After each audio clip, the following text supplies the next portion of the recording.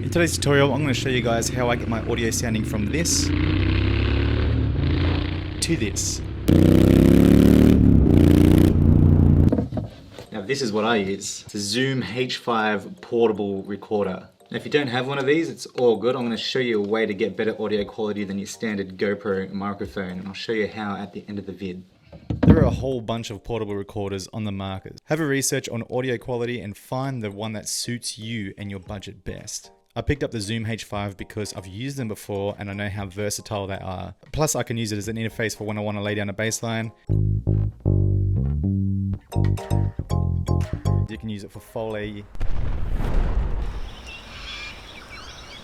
And you can also use it as a microphone for doing voiceovers like I am right now. G'day guys.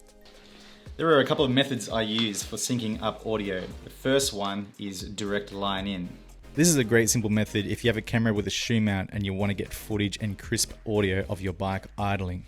It's simple because the audio is written directly on the camera's SD card, meaning that there is no syncing necessary. If you don't have a camera with a shoe mount, it's all good. I'll show you how to do it in just a second, along with syncing. First, mount your microphone to your camera and plug it into your microphone input. Turn the camera and microphone on. Now we need to dial in the volume or gain input settings on both the microphone and camera so that the audio level doesn't peak, resulting in distorted audio quality. This is referred to as clipping in the audio world and should be avoided at all costs. You got the line for your microphone as well. If you take that right down, you'll see the bars is dropping.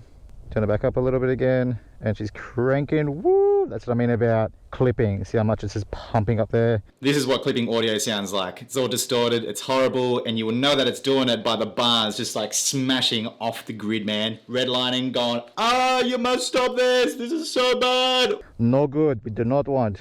So bring that back down here. So you get like a nice soft balance here because these pipes are loud, so I'm going to want it to be fairly down. And then you want to put your windsock over the top just to cut the wind noise out as much as possible, which is this little bad boy here. This is from Zoom as well. They're only like 15 bucks or something. These ones cut out the wind way better than the others. Look at that. Little fluffy troll boy. If you'd like to take it a step further, you can plug in a set of headphones to hear exactly what your microphone is hearing. Now I highly suggest doing this, especially if it's your first time using an audio recorder, just so you can hear exactly what the microphone is hearing so that you can dial in the settings correctly, take note, and you can use them later on. And also, you might not be hearing something in the background that's happening. There might be some dude mowing the lawn which you haven't really thought about. As soon as you put the cans on, you can hear that. You can hear the plane flying overhead. You can hear all this other stuff going on behind you. And it makes you realize how much audio is actually picked up by the microphone. It may take a couple of tries to get it right, but experiment with it. See what it sounds like when the levels are too high or too low. Familiarize yourself and make a note of the settings you use for future reference. Just remember to leave some headroom if you want to crack the throttle. It gets real loud real fast.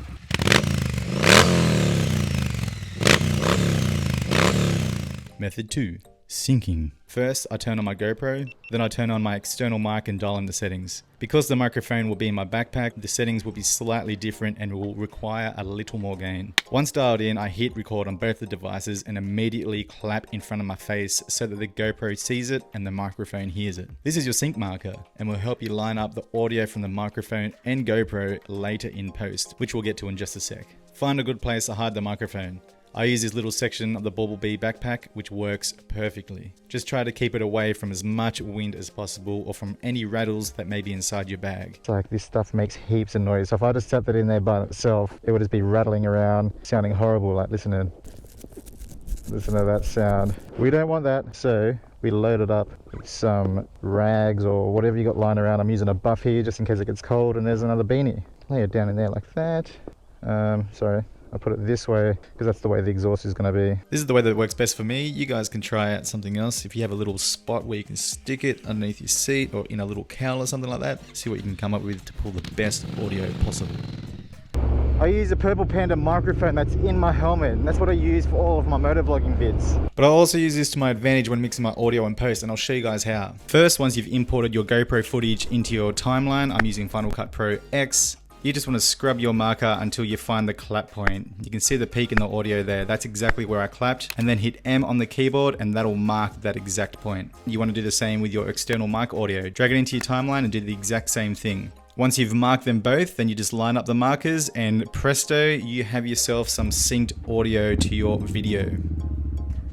Once I'm happy with the levels, I will add a graphic equalizer to both the audio sources, the external microphone and the GoPro helmet mic. This is just so I can get the audio sounding exactly how I want it.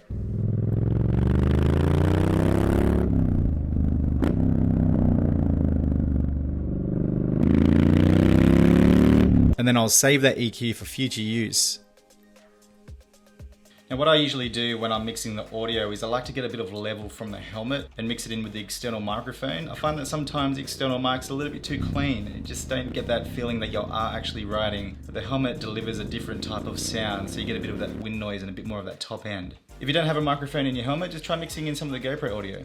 Now I can hear you guys saying, "Oh, but Hamo, I don't have one of these, and I don't have Final Cut Pro or Premiere or whatever you're using." Now at the start of the vid I mentioned how you can actually get better audio without using all of this fancy stuff, and that is by using your internal microphone that's in your helmet. Yes, you're gonna need to buy something. You can't just use the GoPro audio because the GoPro audio just isn't there, hey. Because we all know it sucks, especially when you hit the wind noise, the thing kicks in and it just sounds like garbage. These aren't that expensive. You plug this into your GoPro, stick it under your seat somewhere, and go for a rip and see how you go. I did it for the first time just today. Okay, so I've never actually done this before. So it's gonna be pretty interesting to see how it turns out. So this is the Purple Panda microphone. This is a brand spanker. I've still got one in my helmet, but this is a good opportunity to try this out. See if you can get away without using the old external microphone and save some buckaroonies. Boom. And then that just goes straight into the gully. Alright, I'm gonna try it there. It could get a little bit of wind noise, but we'll see how we go.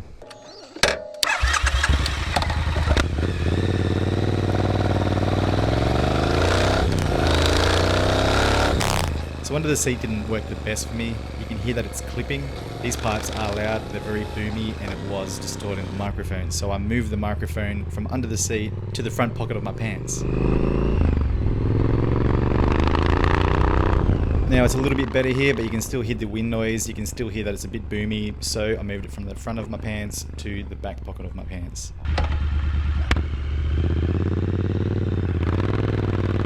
Which helped with the wind noise, but it was too loud being right there, right next to my pipes. They're pretty loud, pretty boomy, so it's still distorting the audio. So I moved it from the back of my pants to the pocket of my jacket, and I think I found the sweet spot. I mean, that sounds way better than the standard GoPro audio. The downside doing this is that there is no audio level on the GoPro, so you can't just go in there and just lower all the levels so that it won't clip. And also, you do have a bit of a lead just dangling around in front of you. I know you could just tuck that into your jacket. If you want to run this mic on a more permanent basis, you might think about putting it inside the jacket or just hiding the lead completely so you don't have to worry about getting tangled up in it. And another reason why I prefer the dual microphone setup is because I like to have a chat while I ride. What you're going to do then in post is lower the external microphone level so that you can hear my voice nicely. And then once you're done, just raise that level back up.